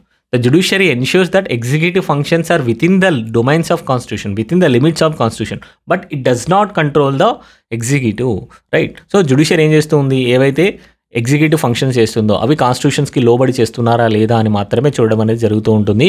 కానీ డైరెక్ట్గా ఎగ్జిక్యూటివ్ మీద కంట్రోల్ అనేది చేయదు. ఎప్పుడైనా ఆర్టికల్ 13 మీద లాస్ని పాస్ చేసినప్పుడు ఆర్టికల్ 13ని యూజ్ చేసేసుకొని ఎప్పుడైనా లాస్ అనేవి కాన్స్టిట్యూషనల్ ప్రొవిజన్స్కి ఇన్కన్సిస్టెంట్గా ఉంటే వాటిని వాయిడ్గా డిక్లేర్ చేయడం అనేది జరుగుతుంది. అదేవిధంగా ఎగ్జిక్యూటివ్ యాక్షన్స్ అనేవి ఏమైనా ఆర్టికల్ 13కి, ఆర్టికల్ 32కి, ఆర్టికల్ 226కి హైకోర్ట్స్ వస్తే వాటి కింద స్ట్రైక్ డౌన్ చేయడం అనేది జరుగుతూ ఉంటుంది. కానీ ఎప్పుడైనా కూడా వీటిని కంట్రోల్ అనేది చేయదు. ఇక్కడ కంట్రోల్స్ అనేది ఉంది. ఇట్ రివ్యూస్, అది important.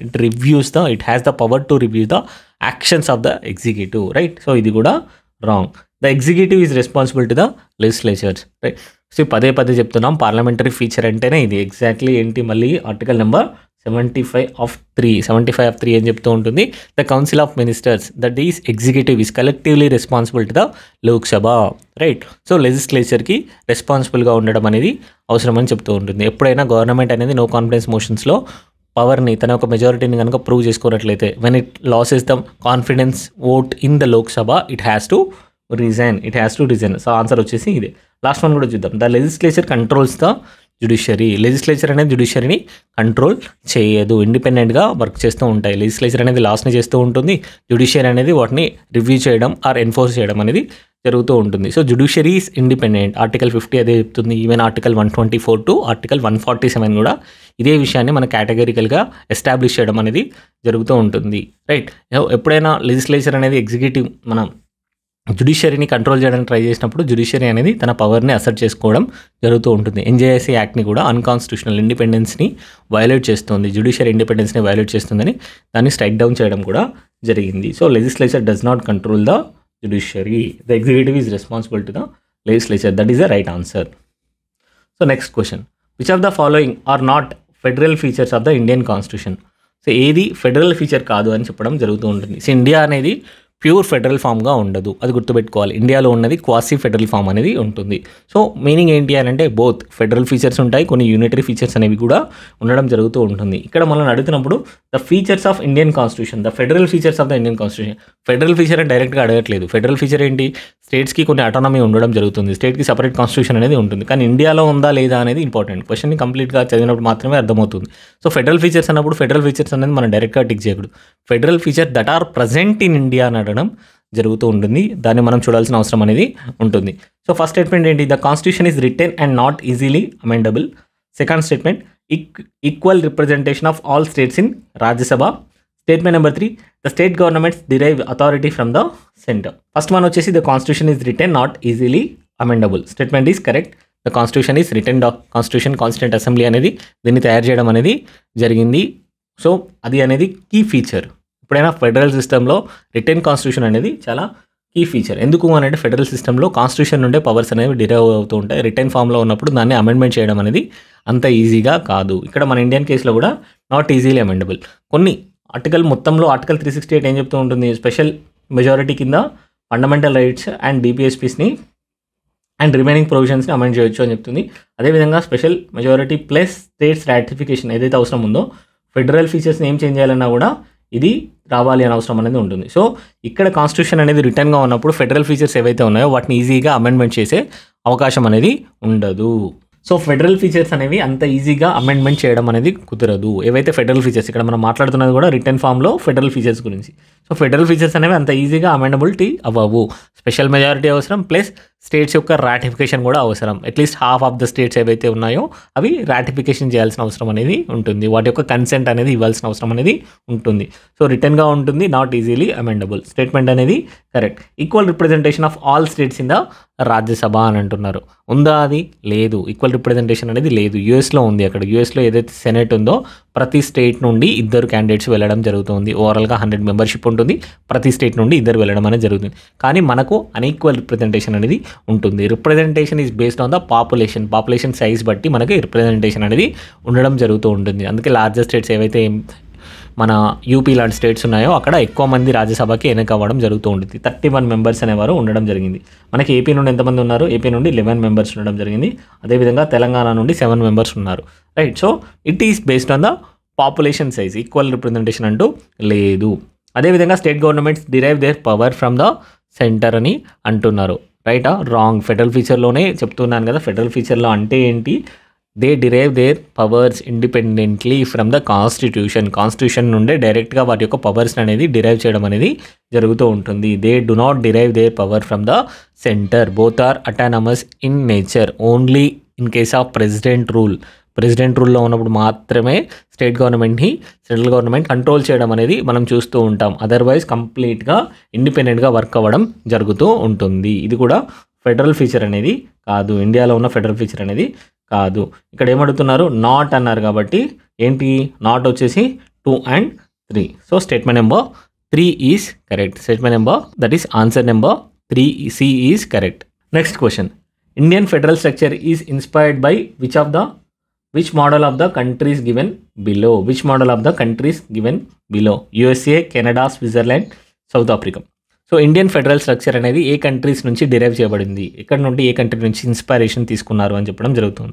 USA or Canada or Switzerland, South Africa అని అనడం జరుగుతూ ఉంటుంది. సో ఆన్సర్ వచ్చేసి కెనడా. మనకి తెలుసు ఈవెన్ యూఎస్ఏలో కూడా ఫెడరల్ ఫామ్ అనేది ఉంటుంది. కానీ ఇక్కడ ట్రూ ఫెడరల్ ఫార్మ్స్ ఏదైతే ట్రూ ఫామ్లో ఉంటుందో ఫెడరలిజం అనేది దాన్ని యూఎస్ఏలో అడాప్ట్ చేసుకోవడం అనేది జరిగింది. స్విట్జర్లాండ్లో కూడా రీజనల్గా ఎక్కువ అటానమీ అనేది ఉంటుంది. మనకు ఏదైతే కెనడాలో ఎందుకు తీసుకున్నాం, కెనడా అని ఎందుకు ఆన్సర్ అంటున్నాం, మనకి ఇక్కడ సెంట్రల్ గవర్నమెంట్ ఉన్నాయి, స్టేట్ గవర్నమెంట్స్ ఉన్నాయి. కానీ central government has a more jurisdiction, subjects అనేవి ఎక్కువగా సెంట్రల్ గవర్నమెంట్స్లో ఉండడం అనేది జరిగింది. So centre is more powerful and stronger when compared to the states, right. So అందువల్లనే ఇక్కడ ఈక్వల్ పవర్స్ అనేవి లేవు. They both have independent powers but they do not have the equal powers, right. కానీ యూఎస్ఏలో are స్విట్జర్లాండ్లో, south ఆఫ్రికాలో ఎక్కువగా powers అనేది ఇవ్వడం జరుగుతుంది. ఇన్ఫాక్ట్ సౌత్ ఆఫ్రికాలో యూనిటరీ ఫార్మ్ ఆఫ్ గవర్నమెంట్ అనేది ఉండడం జరిగింది. ఇక్కడ వచ్చేసి కెనడా నుంచి నేను ఎందుకు చెప్తున్నాం, ఫస్ట్ వన్ వచ్చేసి స్ట్రాంగ్ ఫీచర్స్, స్ట్రాంగ్ సెంటర్ ఏదైతే ఉందో అది కూడా రెస్పాన్సిబుల్ అవుతుంది. సెకండ్ వచ్చేసి రెసిడ్యుయరీ పవర్స్ అనేవి యూఎస్ఏలో ఎవరికి ఇచ్చారని చెప్పుకున్నాం, స్టేట్స్కి ఇవ్వడం జరిగింది. యూఎస్ఏలో రెసిడ్యుయరీ పవర్స్ అనేవి స్టేట్స్కి ఇవ్వడం జరిగింది. కానీ ఇండియాలో అండ్ ఈవెన్ కెనడాలో ఆ పవర్స్ అనేవి సెంటర్ దగ్గర ఉండడం అనేది జరిగింది. రెసిడ్యుయరీ పవర్స్ ఆర్టికల్ నెంబర్ ఎంత ఇంపార్టెంట్, రెసిడ్యుయరీ పవర్స్కి ఆర్టికల్ అనేది చాలా important. Article 248 of the Indian Constitution gives the Parliament the power to make laws on any subject that is not mentioned in the concurrent list or the state list. That means ఏవైతే union list ఉందో అదేవిధంగా ఇంకా concurrent లిస్ట్లో లేని subjects అంటే nothing but రెసిడ్యుయరీ powers మీద ఇవ్వడం అనేది జరుగుతుంది. ఆర్టికల్ 248 అనేది దీన్ని ఇస్తూ ఉంటుంది. అదేవిధంగా గవర్నర్ మోడల్ కూడా, గవర్నర్ ఏ విధంగా ఉంటారు, he is the representative of the centre. Governor is the representative of the centre. కెనడాలో కూడా సేమ్ లెఫ్టినెంట్ గవర్నర్ని అపాయింట్ చేయడం అనేది జరుగుతూ ఉంటుంది to overseas the provincial governments. మన దగ్గరలో కూడా స్టేట్ గవర్నమెంట్స్ని కాన్స్టిట్యూషనల్ పరిమితిలో పనిచేయడం కోసం వీటిని అపాయింట్ చేయడం అనేది జరుగుతుంది. గవర్నర్స్ గారిని అపాయింట్ చేయడం అనేది జరుగుతూ ఉంటుంది. అదేవిధంగా federal system with unitary features, ఎక్కువగా అక్కడ కూడా క్వాసీ ఫెడరల్ ఫార్మ్స్ ఏవైతే ఉన్నాయో అవి కూడా ఉండడం జరుగుతూ ఉంటుంది. కెనడాలో కూడా ప్యూర్ ఫామ్గా ఉండదు, అక్కడ కూడా ఎక్కువగా క్వాసీ ఫెడరల్ ఫీచర్స్ అనేవి ఎక్కువగా ఉండడం అనేది చూస్తూ ఉంటాం, రైట్. సో యూఎస్ఏలో వచ్చేసరికి ఏం చెప్పాము, యూఎస్ఏలో వచ్చేసరికి స్ట్రిక్ట్ ఫెడరల్ మోడల్ అనేది ఉంటుంది. అక్కడ స్టేట్స్ అనేవి ఇండిపెండెంట్ పవర్స్ ఉంటాయి, రెసిడ్యుయరీ పవర్స్ కూడా స్టేట్స్ దగ్గరే ఉండడం జరుగుతుంది.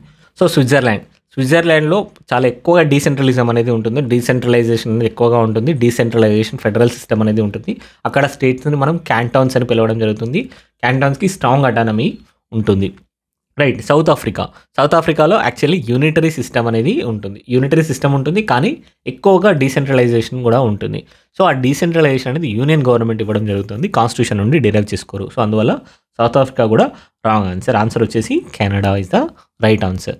So next question, so which of the following statements about the constitution of India are correct? Popular sovereignty and adult franchise are the basic features of the constitution. The Constitution, insofar as the division of powers between the center and the state is concerned, is rigid. The Constitution recognizes the interdependence of civil and economic rights.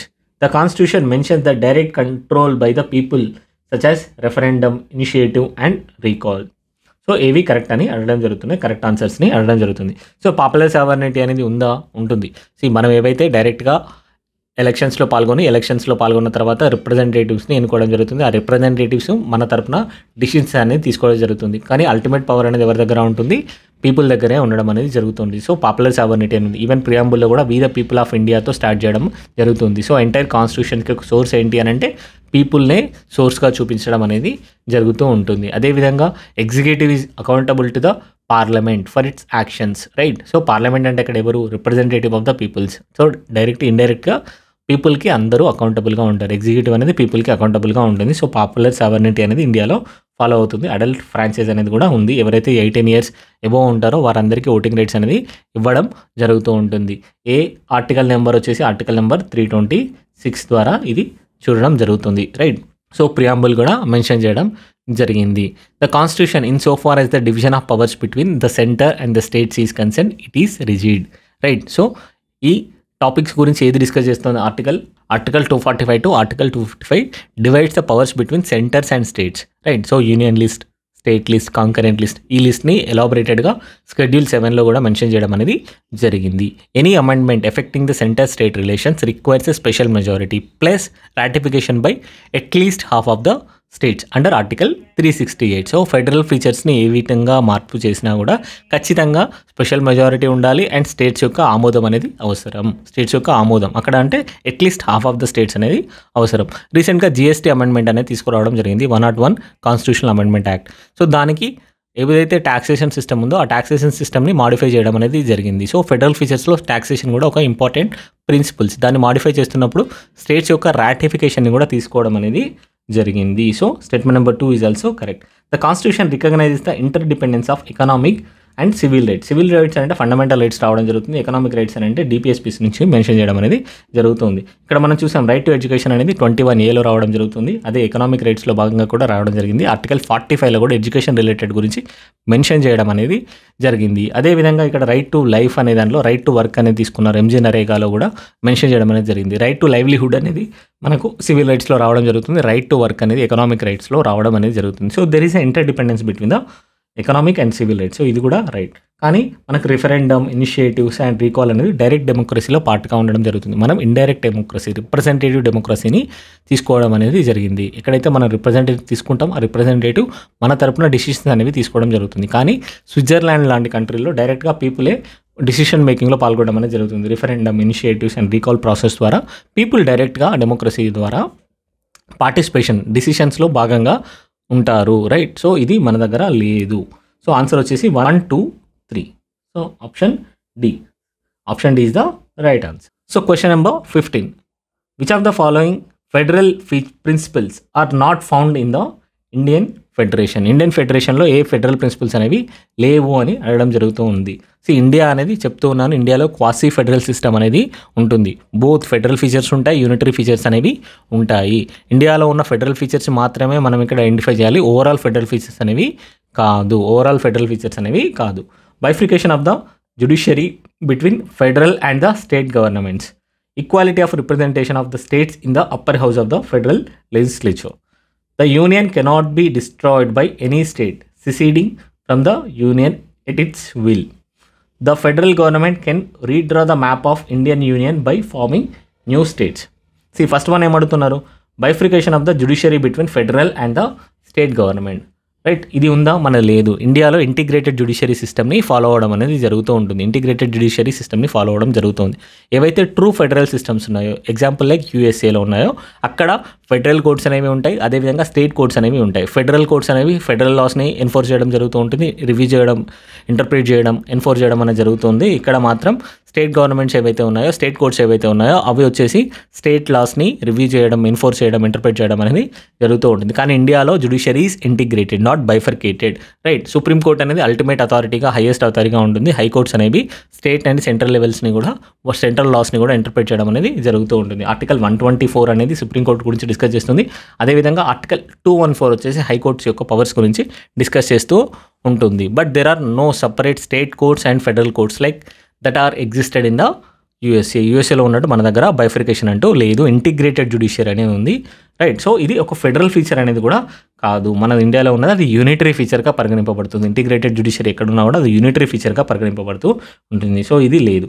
Equality of representation of states in the upper house of the federal legislature. ఇందాకే చూసాము, మనకు population base మీద representation అనేది ఉంది, equality బేస్గా లేదు. యూపీలో 31 ఉన్నారు, తెలంగాణలో 7 ఉన్నారు, ఏపీలో వచ్చేసరికి 11 మెంబర్స్గా రాజ్యసభకి ఉండడం అనేది జరిగింది. సో ఈక్వాలిటీ ఆఫ్ రిప్రజెంటేషన్ అనేది కూడా మనకి లేదు. The union can not be destroyed by any state seceding from the union at its will. Right. So ఇది రైట్. ఇండియాలో ఏ స్టేట్కి కూడా మన ఇండియన్ యూనియన్ నుండి వెళ్ళడానికి పర్మిషన్ అనేది లేదు. దానికోసమే ఎక్స్ప్లిసిట్గా India is a union of స్టేట్స్గా చెప్తున్నాము అని అంబేద్కర్ గారు కాన్స్టిట్యూంట్ అసెంబ్లీలో డిక్లేర్ చేయడం అనేది జరిగింది. This union is a federation is a union అని చెప్తారు. Because no states have the power to secede from the union అని చెప్పడం జరిగింది. రైట్. సో ఇక్కడ మనది ఏంటి? Indestructible union of the destructible స్టేట్స్ని కంప్లీట్గా యూనియన్ అనేది రీడ్రా చేయవచ్చు. కానీ మన ఏదైతే కంప్లీట్ యూనియన్ ఉందో దానికి మాత్రం ఎటువంటి మార్పు ఉండవు. రైట్. సో ఇది right. Federal government can redraw the map of Indian union by forming a new states. So statement is also right. Answer వచ్చేసి ఏమడిగారు మనల్ని? కరెక్ట్ ఆన్సర్ అడిగారు. ఆన్సర్ వచ్చేసి option D 3 and 4. Which among the following features of the federal system is not found in the Indian political system? Right. ఏవైతే federal features ఉన్నాయో ఇవి మన ఇండియాలో లేవు అని అడుగుతున్నారు. Dual citizenship, distribution of powers between federal and the state governments, supremacy of the constitution, authority of the courts to interpret the constitution. ఇందాకే చూసాము, కోర్ట్స్కి అల్టిమేట్ అథారిటీ అనేది ఉంటుంది. Article 13, article 22, article 226. Right. So ఇవన్నీ కూడా లాస్ని ఇంటర్ప్రిట్ చేయడానికి కావాల్సిన అధికారాలని కోర్ట్స్కి అనేది ఇవ్వడం జరిగింది. Supremacy of the constitution specifically again article 13 అనేది చెప్తూ ఉంటుంది. ఏవైనా లాస్లో ప్రొవిజన్స్ అనేవి ఉన్నప్పుడు ఆ ప్రొవిజన్స్ అనేవి కాన్స్టిట్యూషన్లో ఉన్న ప్రిన్సిపల్స్ని వైలేట్ చేసినా, కాన్స్టిట్యూషనల్ ప్రొవిజన్స్ని వైలేట్ చేసినా కూడా వాటిని నల్ అండ్ వాయిడ్గా డిక్లేర్ చేయడం మనం జరుగుతూ ఉంటుంది. ఆర్టికల్ 13, ఆర్టికల్ 32 కింద కూడా, right. So supremacy of the constitution అనేది ఎన్షూర్ చేయడం అనేది జరుగుతూ ఉంటుంది. సో దాన్ని ఏమంటారు, సైడ్ లైన్ చేయడానికి ఏం చేశారు, కాన్స్టిట్యూషన్ ఫస్ట్ అమెండ్మెంట్ చేసేవారు. కాన్స్టిట్యూషన్ అమెండ్మెంట్ చేసిన తర్వాత కొత్త లాస్ని తీసుకొచ్చేవారు. ఇవి కాన్స్టిట్యూషన్కి తగినట్లుగానే ఉన్నాయని చెప్పడం అనేది జరిగింది. సో అప్పుడే ఏం చేశారు, సుప్రీంకోర్టు వచ్చేసి కేశవానంద భారతి కేసులో డాక్ట్రైన్ ఆఫ్ బేసిక్ స్ట్రక్చర్ని తీసుకురావడం అనేది జరిగింది. ఈవెన్ మీరు అమెండ్మెంట్ చేస్తున్నప్పుడు కూడా బేసిక్ స్ట్రక్చర్ని, బేసిక్ కోర్ ఫిలాసఫీ ఏదైతే ఉందో దాన్ని కూడా చేంజ్ చేయడానికి లేదు అని చెప్పడం అనేది జరిగింది. ప్రొవిజన్స్ అనేవి ప్రొవిజన్స్లో ఎగ్జిస్టెన్స్ ఉన్న ప్రొవిజన్స్లో కూడా ఏదైతే ఉన్నాయో వాటి మీద సింక్ ఉండాలి. అదేవిధంగా ఆల్రెడీ కోర్ ప్రిన్సిపల్స్ ఏవైతే ఉన్నాయో వాటిని కూడా వైలేట్ చేయడానికి లేదు అని చెప్పడం జరిగింది. So supremacy of the constitution అంటే ఏంటి, ఎటువంటి లాస్ని తీసుకొచ్చినా, అమెండ్మెంట్స్ని తీసుకొచ్చినా అవి ఎగ్జిస్టింగ్ కాన్స్టిట్యూషనల్ ప్రొవిజన్స్తో ఇంక్లైన్గా ఉండాలి, సింక్లో ఉండాలి, right. Distribution of powers between the federal and the state governments మనకి షెడ్యూల్ 7లో ఇదే క్లియర్గా మెన్షన్ చేయడం అనేది జరిగింది. పవర్స్ అనేవి క్లియర్గా డిస్ట్రిబ్యూట్ చేయడం జరిగింది. డ్యూయల్ సిటిజన్షిప్ అంటే స్టేట్ సిటిజన్షిప్ ఉంటుంది, అదేవిధంగా ఇండియన్ సిటిజన్షిప్ అనేది ఉంటుంది. మనకి స్టేట్ సిటిజన్షిప్ కాన్సెప్ట్ ఉందా ఇక్కడ ఇండియాలో? లేదు. యూఎస్ఏలో ఎలా ఉంటుంది, they are the citizens of the USA and at the same time they are the citizens of the states as well. States అంటే ఇప్పుడు కాలిఫోర్నియా, టెక్సస్, డల్లాస్ ఏవైతే ఉన్నాయో వాళ్ళు ఆ స్టేట్కి కూడా మెంబర్షిప్ అనేది ఉంటుంది, సిటిజన్షిప్ అనేది ఉంటుంది. కానీ ఇండియాలో డ్యూయల్ సిటిజన్షిప్ కాన్సెప్ట్ లేదు, ఓన్లీ ఇండియన్ సిటిజన్షిప్ కాన్సెప్ట్ మాత్రమే ఉంటుంది. ప్లేస్ ఆఫ్ రెసిడెన్స్ ఉంటుంది కానీ ఇండియన్ సిటిజన్షిప్ మాత్రమే ఉంటుంది, డ్యూయల్ సిటిజన్షిప్ అనేది లేదు. సో ఇదే మనకి కావాల్సిన answer. Option A is the answer. So question number 17, which of the following are consider as the federal features of the Indian constitution? Indian కాన్స్టిట్యూషన్లో ఫెడరల్ ఫీచర్స్గా వేటిని చూస్తామని అడగడం జరుగుతుంది. Written constitution, integrated judiciary and division of powers and single constitution, integrated election machinery గురించి అడగడం జరుగుతుంది. So written constitution అనేది మనకి తెలుసు, రిటెన్ కాన్స్టిట్యూషన్ అనేది it's a federal features of the Indian constitution. Integrated judiciary అనేది ఇండియాలో ఉంది కానీ అది ఫెడరల్ ఫీచర్ కాదు, అది యూనిటరీ ఫీచర్, రైట్. సో అదే ఒక unitary feature. So statement number 2 is wrong. Division of powers అనేది క్లియర్గా ఉంది. సింగిల్ కాన్స్టిట్యూషన్ అనేది ఇండియాలో ఉంది కానీ అది ఫెడరల్ ఫీచరా? కాదు, ఫెడరల్ ఫీచర్ అనేది కాదు, ఇది కూడా ఒక యూనిటరీ ఫీచర్గానే చూడడం అనేది జరుగుతుంది. ఇంటిగ్రేటెడ్ ఎలక్షన్ మిషనరీ అనేది ఇండియాలో ఉంది కానీ అది ఒక ఫెడరల్ ఫీచరా? కాదు. ఇంటిగ్రేటెడ్ ఉన్నదంటే అది సింగిల్ అంటే యూనిటరీ మోడల్లో ఉండడం అనేది జరుగుతూ ఉంది. సో ఆన్సర్ వచ్చేసి 1 and 3. Statement number 1 and 3. So answer C, only 1 and 3. ఇక్కడ మనం అడుగుతున్నారు federal features of the Indian constitution అని అడుగుతున్నాను. ఇండియన్ కాన్స్టిట్యూషన్లో ఉన్న ఫీచర్స్ అడగలేదు, ఇండియన్ కాన్స్టిట్యూషన్లో ఉన్న ఫెడరల్ ఫీచర్స్ ఏంటి అని అడగడం జరుగుతుంది. ఇండియన్ కాన్స్టిట్యూషన్లో ఉన్న ఫెడరల్ ఫీచర్స్ ఏంటి అని అడగడం జరుగుతుంది. అవి వచ్చేసి written constitution and the division of powers అనేవి అవుతుంది, అందుకే ఆన్సర్ వచ్చేసి 1 and 3 అవుతుంది. So that's about parliamentary system and federal system, right. So ఒకవేళ మీకు వీడియో కనుక నచ్చినట్లయితే మీ ఫ్రెండ్స్తో షేర్ చేయండి. Do like, share the video and comment if you have any queries. Thank you so much.